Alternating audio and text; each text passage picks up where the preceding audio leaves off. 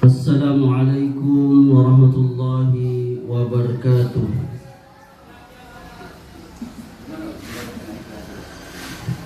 Innal hamdalillah nahmaduhu wa nasta'inuhu wa nastaghfiruh wa na'udzu billahi min shururi anfusina wa min sayyiati a'malina.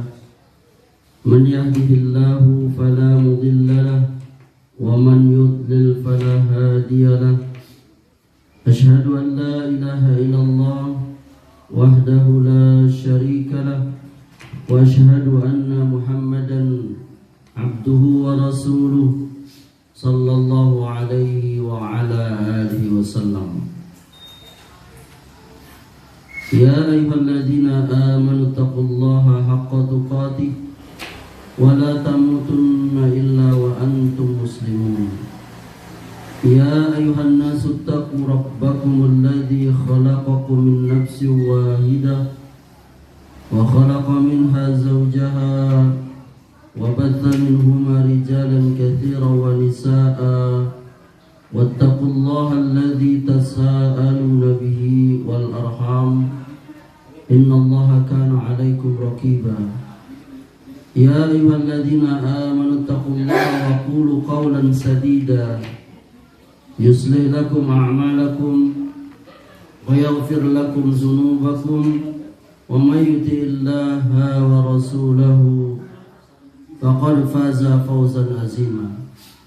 أما بعد فإن أصدق الحديث كتاب الله وخير الهدى هدى محمد صلى الله عليه وعلى آله وسلم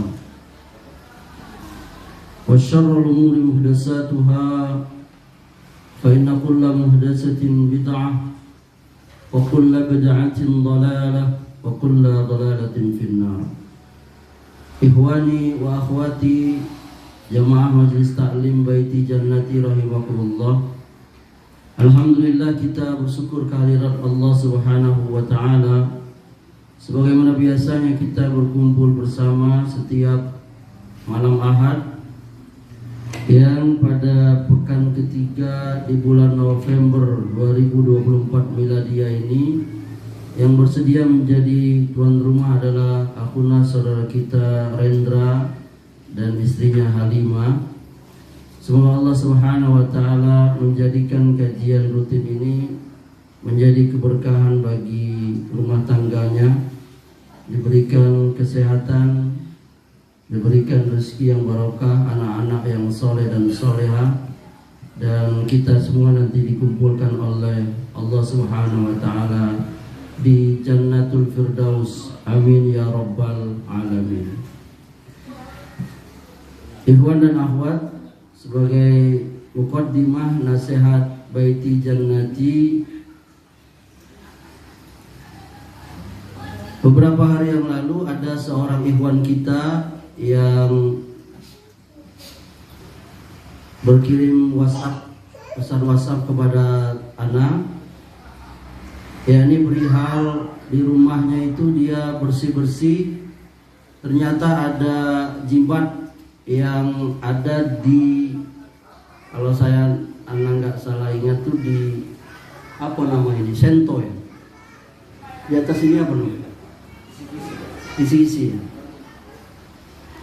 Kalau bahasa Lembang tuh di sento ya, atau di atas lemari, karena kurang begitu ingat. Dikirimnya gambar-gambarnya oleh ikhwan kita itu tulisan Arab dengan ada segitiga atau apa. Wah, itu jelas jimat. Maka anak suruh dia untuk membakarnya, baca surah Al-Fatihah 3 kul, ayat kursi dan lain-lain. Beberapa tahun lalu ada ikhwan kita juga.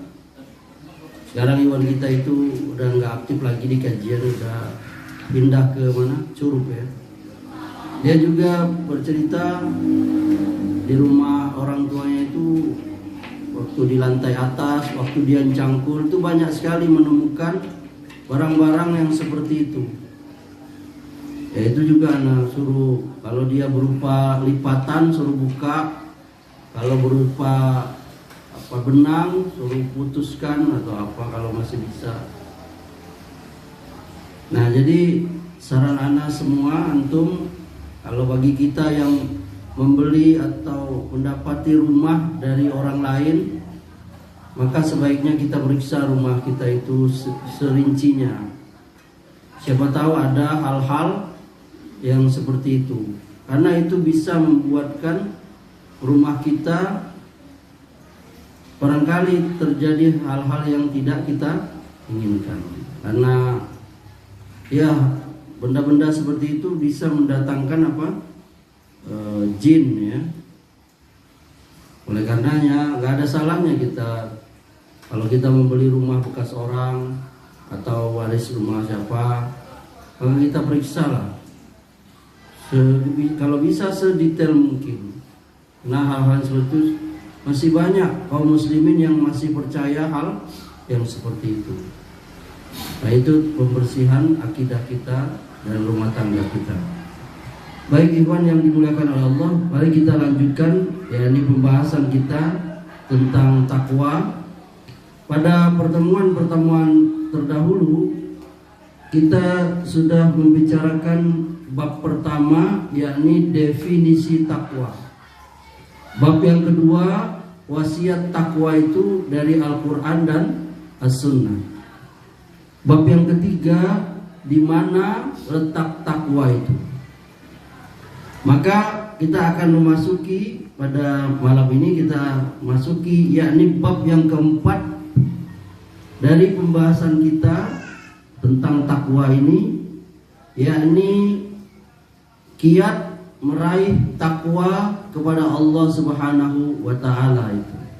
Jadi bagaimana kiat-kiat agar kita dapat meraih yang namanya ketakwaan kepada Allah Subhanahu wa Ta'ala itu. Ada beberapa kiat. Yang pertama, mempelajari ilmu agama. Ilmu syar'i ini ikhwan dan akhwat, dia adalah sebab terbesar untuk kita dapat meniti jalan menuju takwa kepada Allah Ta'ala. Kenapa? Karena dengan ilmu syar'i sajalah yakni seseorang hamba itu mampu membedakan antara hal yang benar dan yang salah, antara hal yang baik dengan hal yang buruk, serta dapat selalu menahan diri dari hal-hal yang diharamkan dan berusaha untuk selalu mengerjakan perintah Allah. Nah, itu sebabnya kita diwajibkan belajar ilmu syar'i. Karena dengan belajar ilmu syar'i, ana dan antum itu dapat membedakan antara yang benar dengan yang apa, Iwan? Yang salah, betul ya? Kalau kita nggak belajar ilmu syar'i, antum bisa tahu nggak mana yang benar, mana yang salah? Nggak tahu. Antum bisa tahu, oh ini syirik nih, pekerjaan ini, karena belajar. Oh ini nih yang tauhid nih, kenapa? Karena ilmu syar'i. Dulu waktu antum anak belum belajar kan, malah kita mungkin jadi pelaku. Berarti ilmu syar'i itu perlu sekali. Ya, ini dapat membedakan yang benar dan salah, yang baik dan yang buruk. Kalau kita nggak belajar ilmu syar'i, ya semua baik saja. Kalau kita belajar ilmu syar'i, bahkan yang dianggap orang selama ini baik, ternyata itu apa? Nggak baik. Karena penilaian agama itu bukan hanya baik, tapi itu ada syariatnya enggak? Banyak sekali orang yang beribadah itu landasannya apa, Iwan? Ya karena baik tadi. Apa salahnya sih? Kan ini kan baik. Paham enggak? Apa salahnya? Ini kan baik. Gitu. Dan kita juga dengan belajar ilmu syar'i itu bisa menahan diri dari hal yang diharamkan. Itu. Tadi kita bincang-bincang sebelum pengajian tadi kan. Bahkan orang yang sudah belajar ilmu syar'i saja, apa itu Ikhwan? Kadang masih bisa dia terjerumus mengerjakan hal-hal yang apa? Yang haram, betul ya? Yang haram. Apalagi kalau seseorang itu dia tidak sama sekali belajar. Ibu-ibu di dalam, setelah dia belajar ilmu syar'i, dia baru tahu, oh ternyata memakai pakaian syar'i itu ada syaratnya. Enggak semata pakai pakaian syar'i berarti udah sesuai syariat. Oh ternyata pakaian syar'i itu kalau perempuan itu dia longgar, ya kan? Dia tidak ketat, tidak membentuk tubuh. Yang kedua dia tidak transparan dan seterusnya. Taunya dari mana itu? Dari belajar. Kalau enggak ya pokoknya selama orang penjual di pasar bilang mana baju syar'i, itu baju syar'i kok. Pokoknya itu baju syar'i. Nah, jadi ternyata yang namanya belajar ilmu syar'i itu sangat penting sekali ya. Bahkan Allah Subhanahu wa taala mengatakan orang yang takut kepada Allah itu adalah para ulama. Innama yakhsyallaha min ibadihil ulama. Kata Allah, di antara hamba-hamba Allah yang takut kepadanya itu hanyalah para ulama. Surah Fatir ayat 28. Ikhwan dan akhwat yang dimuliakan Allah, di antara kita itu, di antara manusia itu ada yang dia menguasai berbagai disiplin ilmu agama, ilmu dunia, ya. Tapi mereka lalai tentang akhirat, dan dia tidak tahu bagaimana cara ibadah kepada Allah, bagaimana mentauhidkan Allah, bahkan bagaimana cara sholat yang benar dan lainnya. Lalu bagaimana dia bisa mencapai takwa itu? Ya kan? Anak pribadi itu sering melihat seseorang yang jabatannya secara akademisi mungkin titelnya udah tinggi, bahkan jabatan pekerjaannya itu mungkin sudah juga tinggi. Tapi begitu kita lihat, ya, mereka nggak tahu cara beribadah kepada Allah. Jangankan cara beribadah, dia nggak beribadah kepada Allah, dia nggak sholat, gelarnya berderet. Ada nggak antum? Mungkin kedudukan duniawinya, masya Allah. Hah? Bahkan bagaimana dia mentauhidkan Allah nggak tahu. Dan ternyata gelarnya itu nggak bisa menutupi kebodohannya karena dia masih, yakni mempercayai kesyirikan, percaya jimat. Bagaimana sekolah di Amerika, dia masih percaya yang namanya jimat. Gelarnya udah doktor. Dulu kan pernah itu ada dokter perempuan ya, yang percaya dengan dukun yang bisa apa? Mengeluarkan uang dari mana? Dari belakang itu. Dia jadi pembelanya ibu itu. Padahal gelarnya S3 doktor. Bayangkan tuh, gelar duniawinya tidak bisa menutupinya. Bahkan yang sudah taat juga, mungkin pejabat tinggi, kita nggak usah sebut lah, karena zaman sensitif sekarang kan. Ternyata kita lihat, pas kita lihat cara dia wudhu, ya subhanallah. Kalau di video ini tuh di viral gitu, jadi bahan omongan orang. Kok dia nyuci tangan, nyuci kaki, kok tangan kiri dulu, kaki kiri dulu. Kenapa? Karena dia pejabat apa? Publik yang orang harusnya dia lebih. Begitu pula ketika orang lihat dia cara dia sholat, subhanallah. Ini ada sesuatu yang sangat menyedihkan. Bagaimana dia bisa capai takwa? Hal-hal yang seperti itu aja dia tidak paham. Oleh karenanya Allah Subhanahu wa taala mengatakan, ya'lamuna zahiran minal hayatid dunya wa hum 'anil akhirati hum ghafilun. Antum buka di surah Ar-Rum ayat 7 itu. Mereka mengetahui yang lahir, yakni yang tampak dari kehidupan dunia, sedang terhadap kehidupan akhirat mereka lalai. Nah itu, hati-hati. Ada banyak orang menyekolahkan anaknya soal dunia, ya kan? Lo lihat orang berlomba-lomba itu, betul gak Iwan? Anaknya masukkan les piano, betul? Masukkan anaknya les renang.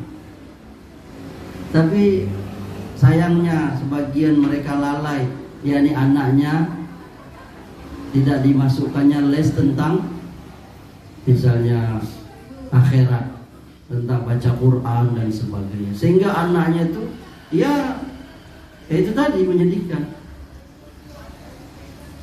Ya, ini sampai-sampai Imam Hasan Basri rahimahullah mengatakan, demi Allah sampai-sampai salah seorang dari mereka membalik-balikkan dirham di atas kukunya. Perhatikan Iwan. Lantas mengabarkan berat timbangannya kepadamu, namun mereka tidak benar dalam sholatnya. Jadi Imam Hasan Basri ingin mengatakan ada orang itu yang dia, bagaimana cara orang hitung duit? Begini kan? Ya kan? Cara hitung duit begini lah. Jadi Imam Hasan Basri mengatakan ada orang yang mereka ini membolak-balik itu dirham itu di kukunya itu, yakni dia menghitungnya. Bahkan dia mengabarkan, aku punya duit sekian puluh ribu dirham. Kalau kita sekarang tuh sekian ratus juta, sekian miliar, sekian puluh miliar, sekian ratus miliar, bahkan 1 triliun, 2 dan seterusnya. Namun mereka tidak benar dalam sholatnya. Coba untuk perhatikan di TV orang kan nontonin kekayaannya semua, tapi terhadap akhirat mereka leng. Mereka berlomba-lomba menjajarkan mobil-mobil mahalnya. Dia nggak tahu itu nanti di akhirat itu hisabnya lama. Ya, oleh karenanya ini pentingnya kita menuntut ilmu syar'i. Apalagi sekarang ini kita mudah menuntut ilmu syar'i. Kita melalui HP bisa. Kalau bicara menuntut ilmu syar'i. Sedangkan hadir di kajian itu juga bagian dari menuntut ilmu syar'i. Cuma bedanya ada pahala khusus kalau kita hadir di majelis pengajian. Untuk nuntut ilmunya baca buku bisa, nonton TV bisa, mendengar kaset bisa, betul nggak? Tapi kalau hadir di pengajian, itu berbeda. Ada nilai pahala yang khusus. Yang kedua, yakni kiat meraih takwa kepada Allah Subhanahu wa taala, yakni sungguh-sungguh. Jadi kalau kita ingin bertakwa kepada Allah itu harus sungguh-sungguh. Karena orang yang bersungguh-sungguh, Allah akan bantu dia. Allah akan bukakan jalan bagi kita. Dalilnya mana? Dalilnya Surah Ali Imran ayat 102. Ya ayyuhallazina amanu taqullaha haqqa tuqatih wa la tamutunna illa wa antum muslimun. Wahai orang-orang yang beriman, bertakwalah kepada Allah dengan sebenar-benar takwa kepadanya, dan janganlah kamu mati kecuali dalam keadaan muslim. Surah Ali Imran ayat 102. Dan juga firman Allah, wallazina jahadu fina lanahdiyannahum subulana wa innallaha la ma'al muhsinin.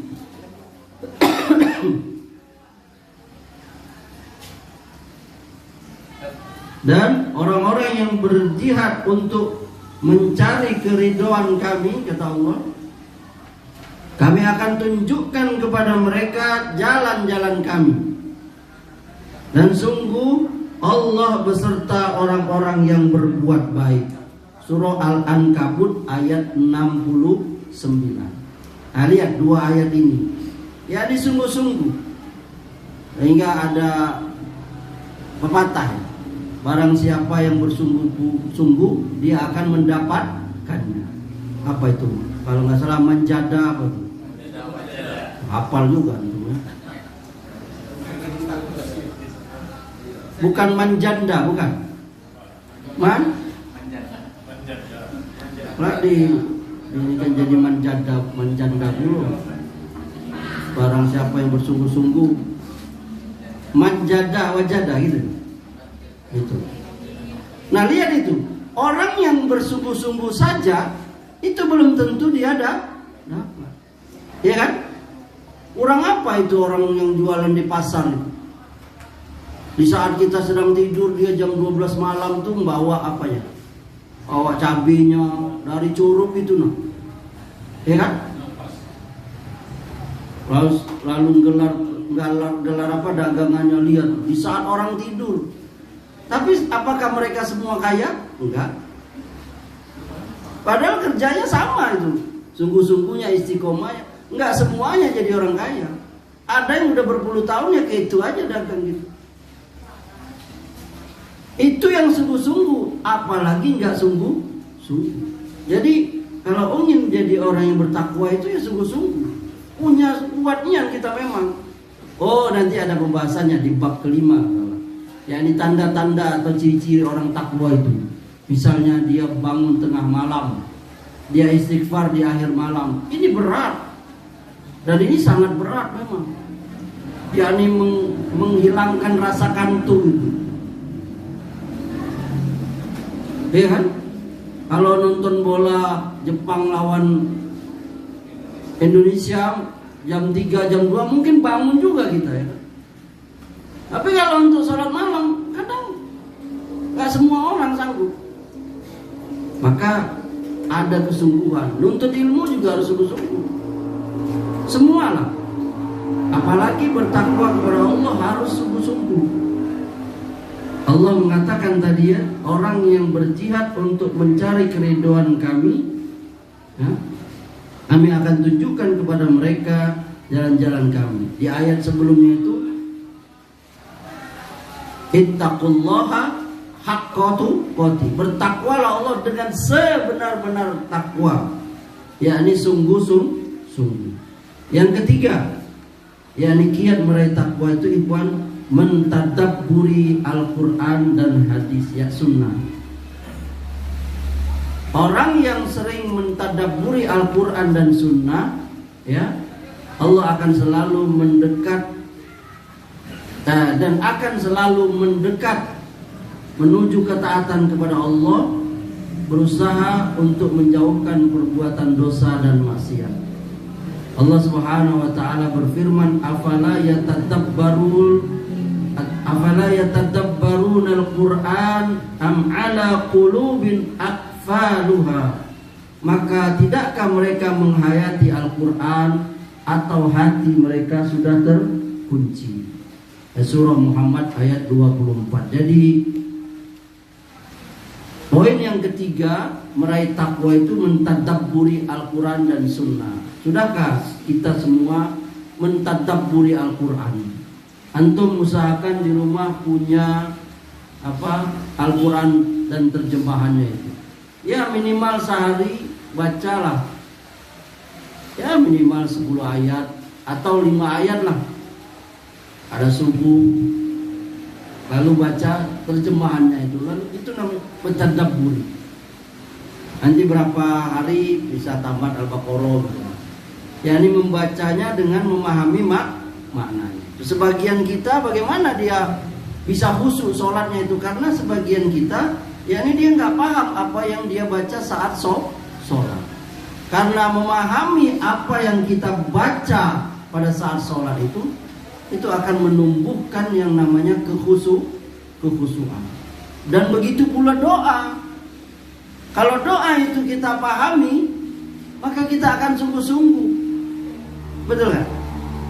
Termasuk juga kalau kita mengaminkan doa orang. Kalau kita nggak, apa yang dibaca Ustaz tuh, ya kan? Apalagi yang sudah ngerti lah, dia baca untuk diri dia sendiri, itu kita ngamininya, iya kan? Robbi firli warhamni, oh itu ngamininya. Padahal dia doanya untuk doa misalnya ini. Itu aja kita nggak, apalagi kita nggak paham. Gimana berdoa itu? Coba lihat tuh. Mungkin jangan-jangan ikhwan, doa ana dan doa antum dan akhwat juga selama ini tidak dikabulkan oleh Allah, kita sendiri nggak paham apa yang kita baca itu apa. Pernah nggak kita paham ini antum? Rabbifirli warhamni wajburni warfa'ni warzuqni wahdini wa'afini. Ya kan? Apa itu? Satu-satu kita. Apa rabbifirli warhamni wajburni? Apa maknanya? Jangan-jangan selama ini saat duduk dua tahiyat itu ya kita baca aja. Dan tanpa kita memahaminya secara, itu kan doa. Dan itu mencakup semua doa itu. Kalau antum baca zikir, yakni ketika duduk di antara dua sujud itu penuh dengan doa. Yang minta ampun kepada Allah, minta rahmat dengan Allah, minta rezeki. Terangkum semua apa yang kita inginkan selama ini. Ya. Nah, kadang bahkan kita di dalam berdoa itu banyak yang lalai. Ya, betul gak? Dalam berdoa masih banyak yang lalai.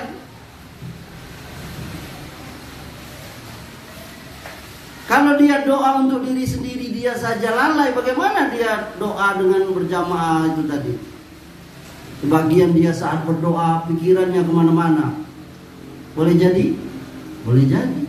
Orang sholat aja kita kadang pikiran kita kemana-mana, ya kan? Sholat isya tadi misalnya, aduh, udah masak dah ya gulai pala ikan tuh, ya kan? Punya sepatu baru, sendal baru beli, sholat di masjid tidak ditaruh di lemari atau dititip, bisa dah usuk. Allahu Akbar. Sendal tadi lupa dititip orang, baru beli 2 juta, sepatu Adidas. Dia. Aduh hilang itu. Jadi nggak husuk gitu. Nah, bagaimana lagi kita ngaminkan doa orang nggak husuk? Jadi kita sekarang ini salah satu sebab doa kita tidak terkabul itu, ikhwan dan akhwat di dalam. Boleh jadi kita selama ini berdoa kepada Allah dalam keadaan lalai. Bibir kita minta kepada Allah, tapi hati kita kemana-mana gitu. Kenapa banyak? Boleh jadi berbagai sebab. Itu yang Anda bilang tadi, contoh kecil kemarin aja itu. Aduh, Indonesia lawan Jepang nih, ada sholat isya pula di ininya kan. Aduh, berapa kosong nih. Ya kan?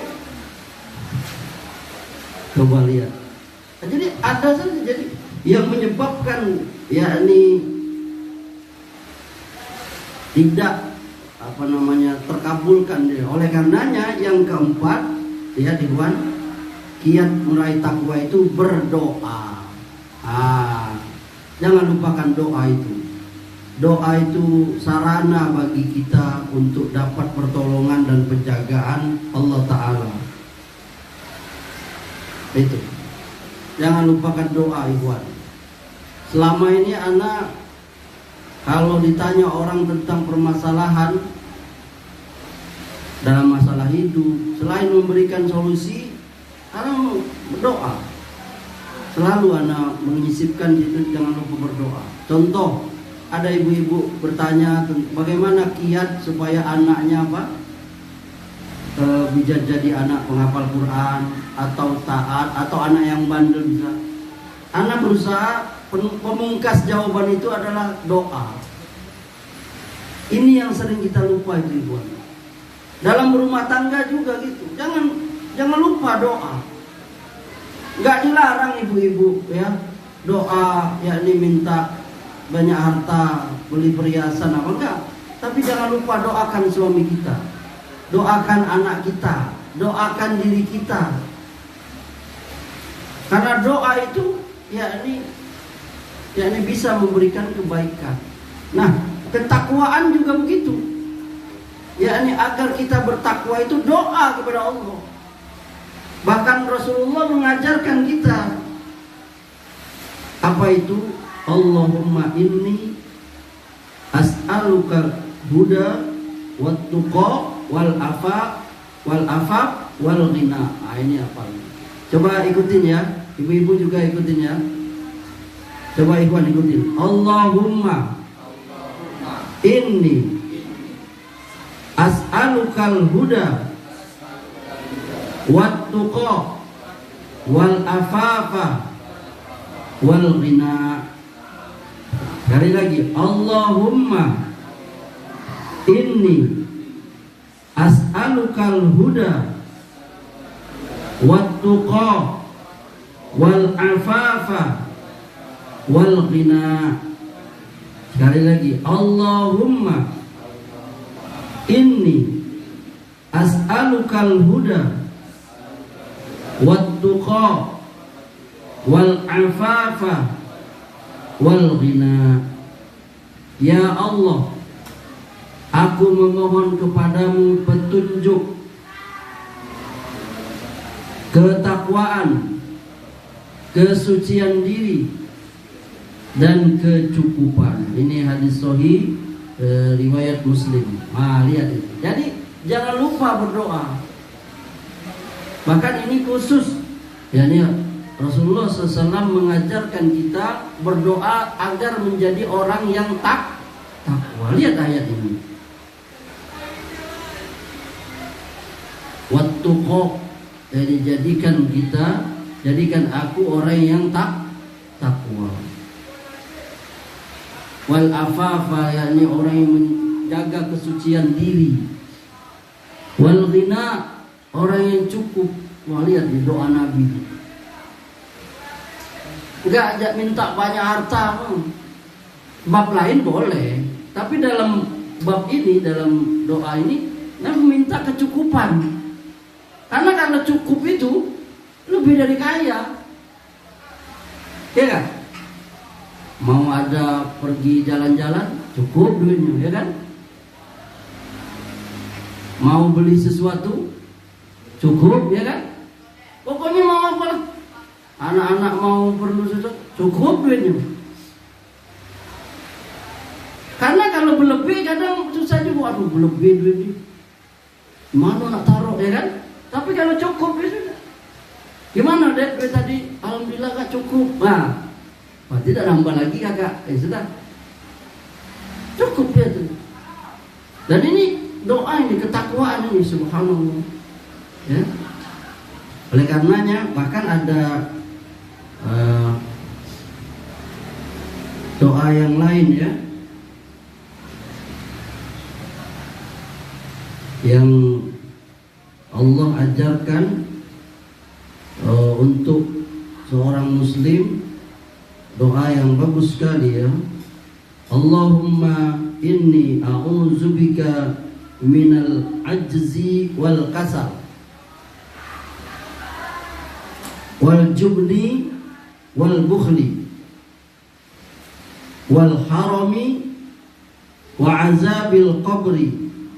Allahumma atini nafsi taqwaha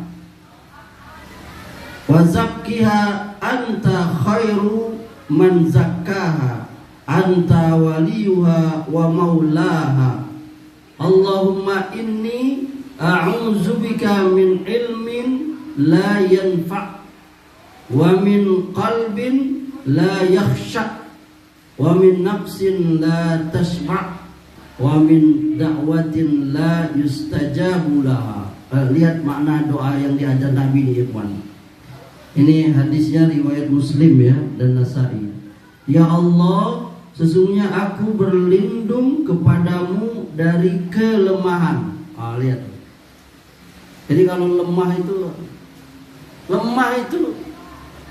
coba kalau kita lemah, tidak daya. Ngapa kau? Aduh lemah. Hidup tidak ada ini lagi. Rumah tangga kalau sudah lemah, ngapa kak? Aduh kak lemah, lu lesu. Ya kan? Istri suka suami yang perkasa. Nggak suka, aduh lemah nih yang baru suruh ngawani ke pasar. Aduh siapa? baru mengangkat cuma 2 kilo aja. Tapi kalau kita kuat, semangat, istri kita senang. Doa kepada Allah. Ya Allah, aku berlindung kelemahan, lemah. Jadi suami lemah itu. Gak senang istri. Ibu-ibu pasti gak senang sama istri suami yang lemah. Ya, baru. Kak tolong beliin pembalut. Oh, malu. Ya lemah nian. Lah beli aja lah ngapui. Malah kita bangga kita sudah punya istri. Pai malu bawanya Ustaz, ya pakai aso hitam. Ini contoh aja. Anak nggak bisa kasih contoh yang lain. Anak tuh kasih contoh yang simpel aja, yang pasti bisa terjadi. Anda pernah beliin pembalut istri kan? Apa belum pernah? Hairil mana Hairil? Hairil belum pernah karena Hairil belum punya istri. Yakin anak kita yang udah punya istri itu pasti pernah beliin. Kalau belum pernah, ada antum yang belum pernah beli pembalut istri, coba sekali-sekali belilah supaya jangan dianggap itu bukan kelemahan itu. Malah itu kekuatan itu. Keberanian karena kita sudah punya istri. Antum pernah Yopi beli? Hah? Kok kurang kuat Yopi pernah? Oh bagus. Berarti Yopi perkasa ini. Hah? Malah nyetok subhanallah. Oh supaya jangan sering disuruh belinya banyak. Barakallahu fi. Masya Allah Yopi. Terpancar dari wajahnya Yopi. Masya Allah. Barakallahu fi. 1 dos beli. Masya Allah. Ini intermezzo aja ya. Jangan full tersinggung hati ya. Yang kedua sifat pengecut. Itu berlindung kepada Allah. Seorang muslim itu pemberani. Salah satu hikmah beriman kepada takdir, yakni menimbulkan pemberani. Jangan jadi pengecut. Seorang muslim itu pemberani. Kenapa orang muslim itu berani? Karena dia tahu tidak akan menimpa diri dia apa yang tidak ditakdirkan oleh Allah. Lihat para sahabat tuh saat berperang melawan orang-orang kufar. Mereka orang pemberani. Rasulullah saf terdepan kalau perang. Mana ada itu? Kau kalah dulu.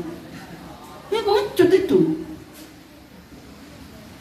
Jadi ini juga di masjid. Kalau nggak ada imam tetapnya di masjid, jangan antum dorong-dorong. Antum maju, antum sudah belajar. Jangan orang-orang yang masih awam untuk suruh. Majulah. Dulu para ulama, orang-orang dulu tuh, para salaf kita itu, salafus soleh itu, mereka berebut mau azan, bahkan diundi. Anak ada beberapa masjid Al Khairat tuh, anak seneng banget. Anak-anak kecilnya tuh sampai suwit loh, sampai home pimpa untuk supaya bisa azan. Di masjid Al Khairat, seneng banget, anak puji-puji mereka. Sampai begitu loh, berebut azan banget. Karena dia tahu besarnya pahala. Lah kita malah dorong orang. Bukankah kita baca fastabikul, apa itu artinya? Fastabikul khairat, berlomba-lomba akhirat. Lomba kita. Nabi SAW mengajak istrinya lomba. Lomba apa ibu-ibu? Lomba lari, lomba maraton. Maraton pertama kali Nabi menang. Tapi Nabi itu dia tahu istri wanita itu suka dia apa? Suka disanjung. Dia tahu pasti Aisyah pasti hatinya kalau aku namanya perempuan kan. Terus diajak lagi lomba oleh Nabi. Nabi ngalah. Aisyah, seneng banget Aisyah. Gitu ibuan kalau jadi suami itu. Sekali-sekali kita ngalah untuk menyenangkan istri kita. Kalau mau menang-menangan kalah lah istri kita. Emang Allah ciptakan pria itu lebih kuat daripada wanita. Lihat Nabi. Antum pernah baca nggak Nabi lomba lari dengan Aisyah? Pernah dengar nggak? Masa belum pernah? Masa belum pernah? Itu sering disampaikan. Yakni Nabi mengajak ibunda Aisyah lomba lari. Pertama kali lomba menang Nabi. Ya Nabi orang manusia paling kuat itu para Nabi, para Rasul. Ya Nabi pernah mengalahkan siapa? Seorang pegulat itu. Belum pernah dengar kisah itu. Nabi pernah. Nah, Nabi pernah. Tapi Nabi itu dia sangat cinta sama istrinya. Dia tahu Aisyah ini pasti sedih dia kalau aku ingin menyenangkan istriku. Ada lomba lagi Aisyah, lomba 2. Nah, lomba kedua Nabi mau menyenangkan istrinya. Ya ini biarlah menang Aisyah. Kalau serius dia, kalau lomba Olimpiade pasti kalah Aisyah. Tapi Nabi menyenangkan. Nah, jadi pelajaran kata para ulama Iwan, pelajaran dari hadis tadi itu sebagai suami itu, nah ada salahnya kita ngalah untuk menyenangkan istri kita. Bagaimana Kak gulai kepala ikannya? Alhamdulillah, padahal asin ya kan? Ini alhamdulillah ini. Lagi-lagi. Wah itu mungkin walaupun apa caranya agak inilah kan, gitu. Ya ini apa tadi pengecut. Yang selanjutnya kekikiran, berlindung kepada Allah. Jangan jadi orang kikir.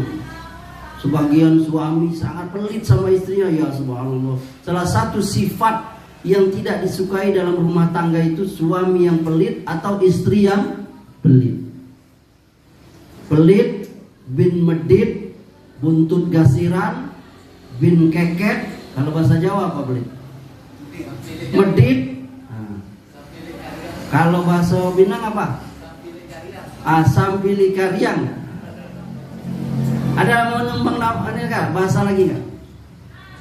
Bahasa Cina apa bahasa Cina? Tapi bahasa Cina apa pelit? Wang teng tong teng, enggak ada ya. Jadi salah satu sifat yang tidak disukai dalam berumah tangga itu adalah pelit. Bahkan bukan dalam rumah tangga saja, dalam berteman, dalam bertetangga. Kita, antum suka nggak sama orang yang pelit? Gak suka. Nah begitu juga orang, jangan kita jadi orang yang pelit. Ya, Nabi SAW berlindung kepada Allah dari pengecut, kekikiran. Yang selanjutnya pikun. Nah, oh ini ngeri sekali Iwan. Ya banyak orang yang dikaruniai panjang umur tapi pikun. Mano bapak enu nih tahu-taunya di Prapto, padahal rumahnya di Pulau Bayo. Jadi bismillah. Banyak orang-orang tua itu. Bahkan ada yang umur 50-an udah pikun tuh. Berdoa pada Allah Iwan. Itu menyusahkan keluarga kita kalau pikun. Maka jalani ini ya. Syariatnya baca Quran, banyak berpikir, banyak membaca. Itu menyebabkan otak kita apa? Baca Quran ya. Lama puasa juga. Dan berdoa jangan lupa. Kemudian azab kubur. Ya Allah, karuniakanlah kepadaku yakni hati yang takwa. Sucikanlah dia, ini sesuai pelajaran kita ya. Kemudian ilmu yang tidak bermanfaat, kita berlindungnya juga. Hati yang tidak usuk, nafsu yang gak pernah puas, ya kan? Coba lihat. Yang terakhir doa yang tidak dikabulkan. Yang kelima, kiat bertakwa itu berteman dengan orang-orang yang bertakwa. Nah ini ibu-ibu nih, kalau nyari kawan tuh cari teman yang baik, yang takwa. Apa kata Rasulullah? Ar-rajulu ala dini khalilih falyanzur ahadukum man yukhalilu. Perhatikan ikhwan. Seseorang itu kata Nabi dilihat, yakni dia terpengaruh dari agama kawan dekatnya, sahabat karibnya. Maka hendaklah salah seorang di antara kalian melihat dengan siapa dia bersahabat, dengan siapa dia berkawan. Ini hadis Hasan riwayat Ahmad dan lain-lain.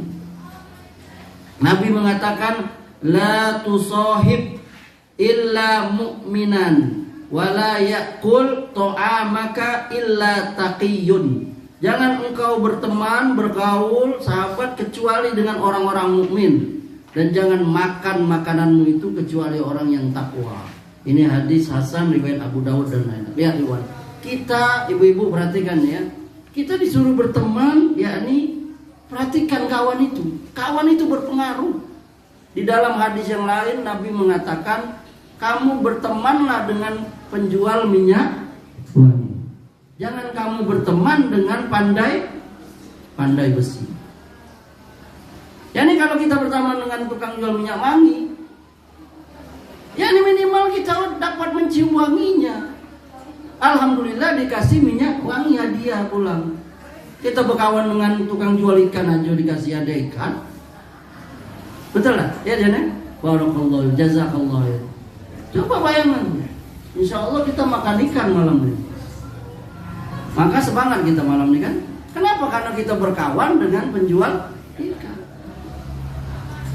Itu Nabi mengatakannya. Bertemanlah dengan penjual minyak wangi. Jangan berteman dengan pandai besi. Karena kalau kau tidak bolong bajumu, minimal dapat bau asap. Ini permisalan, bukan berarti kita bapak gitu orang tukang buat besi, Ustaz. Aku tidak boleh jadi pandai besi. Bukan, maksudnya ini permisalan. Jadi teman itu sangat berpengaruh. Antum lagi duduk-duduk sama tukang narkoba, datang polisi apa? Menciduk. Antum bisa tidak mengelak? Saya tidak minum seperti kecolak ya Ustaz. Polisi tidak do, tangkap kelak dulu, bawa dulu. Maka hati-hati, ibu-ibu berarti. Kalau antum berkawan gara-gara kawan tidak sholat, berhenti berkawan. Bener ini. Gara-gara berkawan antum jadi maksiat, tidak usah berkawan sebenarnya, tidak usah. Putus susah, tidak usah. Jadi tidak ada kawan, tidak usah kawan. Biarlah kawan kita sedikit, atau bahkan tidak ada kawan gitu. Biarlah laki kita kawan kita, biarlah bini kita sendiri kawan kita. Itu prinsip hidup ikhwan. Nabi yang menyuruh kita. Karena nanti di Quran diceritakan, antum pernah dengar nggak ayat? Yakni ada orang itu di akhirat itu menyesal menjadikan si fulan itu sebagai teman. Di surah Yasin kalau nggak salah, lupa. Antum carilah. Jadi sebagian orang menyesali, aku ngapolah berkawan dengan dia itu. Lihat Nabi SAW, temannya baik-baik semua. Abu Bakar, Umar, Utsman. Abu Jahal ya temannya siapa? Abu Lahab. Abu Thalib kenapa dia bisa begitu? Ya karena kawannya. Kau udah usah lip sebut-sebut itu sampai mati Abu Thalib. Karena kawannya pengaruh. Maka hati-hati buat. Kawan itu pengaruh. Berapa banyak lagi viral beberapa waktu ya ini Ustadz ya kan berteman, bahkan bukan teman apa, teman hidup itu bisa mempengaruhi. Ya ini istrinya bisa menjadikan pengaruh, memberikan keburukan kepada dia. Anak istri itu apa? Teman seumur hidup. Wanita juga, berapa banyak wanita yang menyesal memilih seseorang pria menjadi suaminya. Karena ternyata dia bukan wanita laki-laki yang baik. Ini suami, ini istri. Apalagi kawan, antum nggak usah. Jadi Ustaz gimana? Kalau ada kawan saya mempengaruhi saya, jangan, nggak usah. Kalau antum tidak bisa mewarnai apa namanya mensibroh, yakni bisa mewarnai, nggak usah. Malah antum terwarnai. Gara-gara berkawan jadi merokok banyak kan? Gara-gara kawan merokok banyak kan? Banyak. Maka gak usah berkawan apa? Nggak rugi. Berkawan aja dengan istri kita, berkawan aja dengan anak kita. Atau ada kawan, waduh, nggak hebat, bukan. Orang banyak kawan, temannya di mana-mana, bukan hebat itu mah. Yang hebat itu dia bisa menyeleksi kawan. Itu ikhwan. Nggak usah banyak-banyak itu. Nggak usah banyak-banyak grup WhatsApp sampai puluhan, ratusan, ngapain? Ini bukan anak melarang antum grup banyak-banyak. Apa tahu anak pebisnis ya kan? Orang pebisnis itu makin banyak jaringannya makin bagus. Tapi ini dalam rangka dia bisnis ya apa-apa. Ini yang anak maksud teman, berkawan. Kan kita grup itu kan banyak loh. Grup sepeda, grup apa lagi? Kawan anak kita sekolah, ya kan? Kan maknya kawan lagi tuh. Kawan gym, kayak Joni, kawan jualan di pasar ini misalnya kan. Kawan karyawan, kawan sekolah, banyak. Gak perlu banyak-banyak kawan. Tuh ibu-ibu dengerin tuh. Gak perlu banyak-banyak kawan. Kalau itu memberikan keburu, malah timbul gibah, ngomongin, saling, nggak usah kawan. Udah, kita juga didik istri kita. Udah, saya didik istri saya. Nggak usah banyak-banyak, kamu ngapain? Malah timbul banyak. Di rumah aja sama suami aja. Apalagi kita di Bengkulu itu udah sama suami jalan ke pantai, ngapain? Itu prinsip hidup. Tapi bukan banget. Memang kita perlu kawan juga. Nabi aja ada kawan, ada sahabat. Kita butuh juga. Anak sahabat sana ya, Ayahanda Eri, Rendra, tiap hari kan. Di situ bisa cerita. Kenapa? Ada kalanya sahabat itu kita butuh, yakni sesuatu yang kita tidak bisa bercerita dengan istri. Betul gak Iwan? Ada kita. Iya Pan ya? Kita nggak bisa bercerita dengan istri kita. Kita nggak bisa bercerita dengan orang tua kita. Tapi dengan kawan kita bisa bercerita. Itu butuh kawan. Maka kawan nggak perlu banyak. Tapi satu aja, dua aja. Tapi dia mampu menjaga apa? Aib kita. Antum berkawan baru cerita ala sampai kemana-mana. Pasar Minggu, Panorama, Pasar Baru, Pasar Pulau Bay. Baru A, belum sampai Z. Baru Alif, belum sampai ya. Kalau pilih-pilih Iya, ya harus. Maksudnya itu pilih-pilih kalau yang tidak mobil sih. Nah itu pilih dunia. Boleh juga sih. Nggak ada larangannya juga.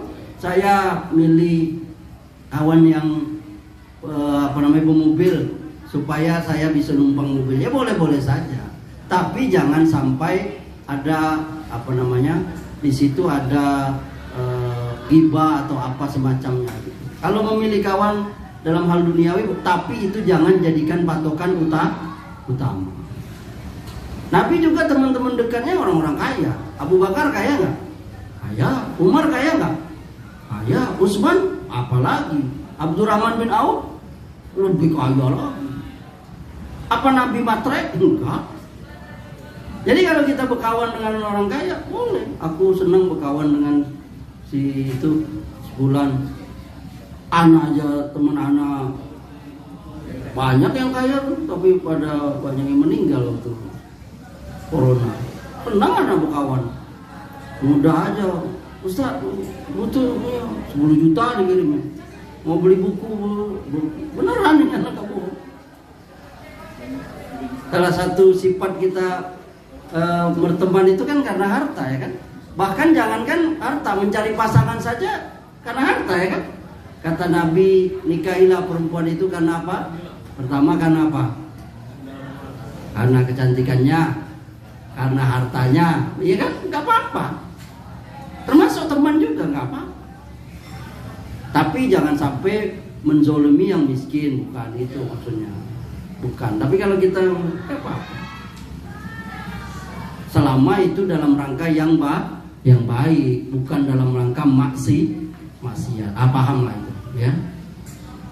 Kemudian yang ketujuh, kiat takwa itu Iwan selalu merasa diawasi oleh Allah. Ada sifat ihsan. Ini orang takwa itu dia merasa tidak merasa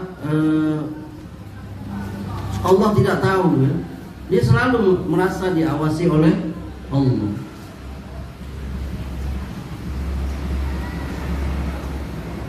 Jadi salah satu sebab orang berbuat dosa itu, yakni dia tidak merasa diawasi oleh Allah. Kalau kita merasa diawasi oleh Allah, walaupun di saat sendiri gak ada orang, itu sifat ihsan itu. Kan orang gak lihat, ya kan? Tapi Allah lihat. Kenapa Allah jadikan Raqibun Atid? Itu agar timbul kita ini ada Allah. Saya melihat apa ini, Allah orang nggak lihat, bahkan suami saya nggak lihat, istri saya nggak lihat, tapi Allah Maha melihat. Ya. Yang terakhir, yang ke-8, yakni kita mengetahui, yakni perangkap dan jebakan setan dan waspada. Seseorang yang berhasil melewati sesuatu itu, dia udah tahu siapa musuhnya. Sebagian orang dia tidak berhasil melewati sesuatu karena dia tidak tahu musuhnya siapa. Dan kita dalam ketakwaan, meraih takwa kepada Allah itu salah satunya adalah kita yakni mengetahui yakni cara-cara musuh kita untuk menjebak kita, yakni dari syaitan, minal jinnati wan nas. Allah mengatakan wala tattabi'u khutuwatis syaitan innahu lakum aduwwum mubin. Jangan kamu ikuti langkah-langkah syaitan, sesungguhnya syaitan itu musuh yang nyata bagi kamu. Apa maksud nyata di situ, Iwan? Kan kita nggak melihat setan itu. Ya ini nyata, ya ini dia permusuhannya kepada kita. Sebagaimana datuk kita dulu, yakni Adam dan istrinya itu karena siapa? Karena datuk setan itu, yakni iblis. Kan beliau berdua tergoda oleh iblis. Yakni jangan, kata Allah, kamu makan buah huldi ini oleh iblis, malah dibikin subhat. Ngapo Allah larang kamu makan ini? Yani supaya kamu jangan kekal. Kamu makan buah ini. Makanya di khuldi itu kan kekal. Dibikin subhat. Inilah bahayanya tuh subhat itu. Makanya antum jangan sok-sokan lah. Mau kalau kena subhat antum, hati-hati antum ngaji sebarangan misalnya. Kena subhat udah. Itu sebagaimana ada mau kena subhat dari siapa? Iblis. Kalau istilah bahasa bebas itu Dam, Hawa, iblis kan sama-sama di surga. Ngapalah Allah melarang kamu berdua makan buah itu? Tidak sama. Kami taat aja. Itu siapa yang makan itu bakal kekal, bakal abadi. Allah nggak suka kamu abadi. Iya nih anak bahasa ini kan? Iya juga dah. Akhirnya tergoda pertama siapa? Hawa. Adam pun tergoda. Mereka makan lagi. Akhirnya terbuang kemana? Akibat apa namanya? Subhat. Dua penyebab orang itu, subhat dan syahwat. Itu kita ada bab khususnya. Oleh karenanya, ikhwan dan akhwat dimuliakan Allah, salah satu kiat yakni kita bertakwa kepada Allah Subhanahu wa taala, kita mengetahui siapa musuh-musuh kita. Yani sebagai penutup kita ulangi, yani ada 8 kiat untuk meraih takwa. Yang pertama mempelajari ilmu agama, sungguh-sungguh bertakwa, yakni sungguh-sungguh melakukannya. Yang ketiga mentadabburi Al-Qur'an dan As-Sunnah. Yang keempat berdoa, yakni agar jadi orang takwa.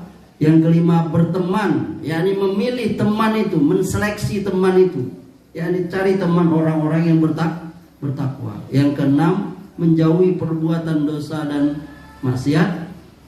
Yang ketujuh selalu merasa diawasi oleh Allah Ta'ala.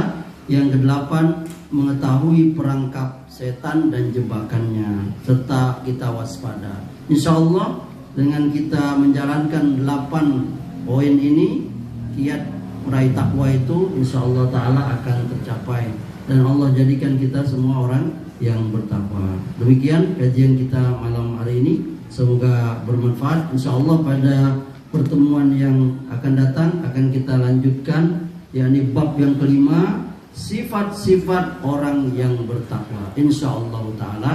Subhanakallahumma wa bihamdika asyhadu an la ilaha illa anta astaghfiruka wa atubu ilaik. Assalamualaikum warahmatullahi wabarakatuh.